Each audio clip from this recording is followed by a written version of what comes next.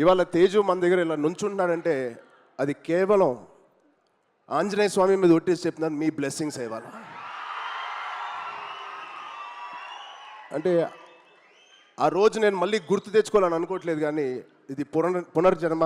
ఆ జన్మ మీరే, మీ బ్లెస్సింగ్స్ ఇచ్చింది ఆడికి.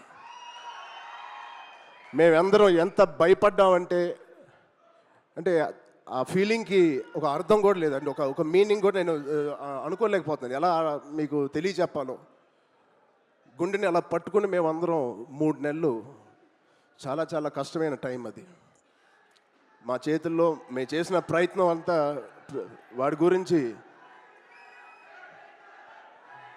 దండం పెట్టుకోవడం తప్ప.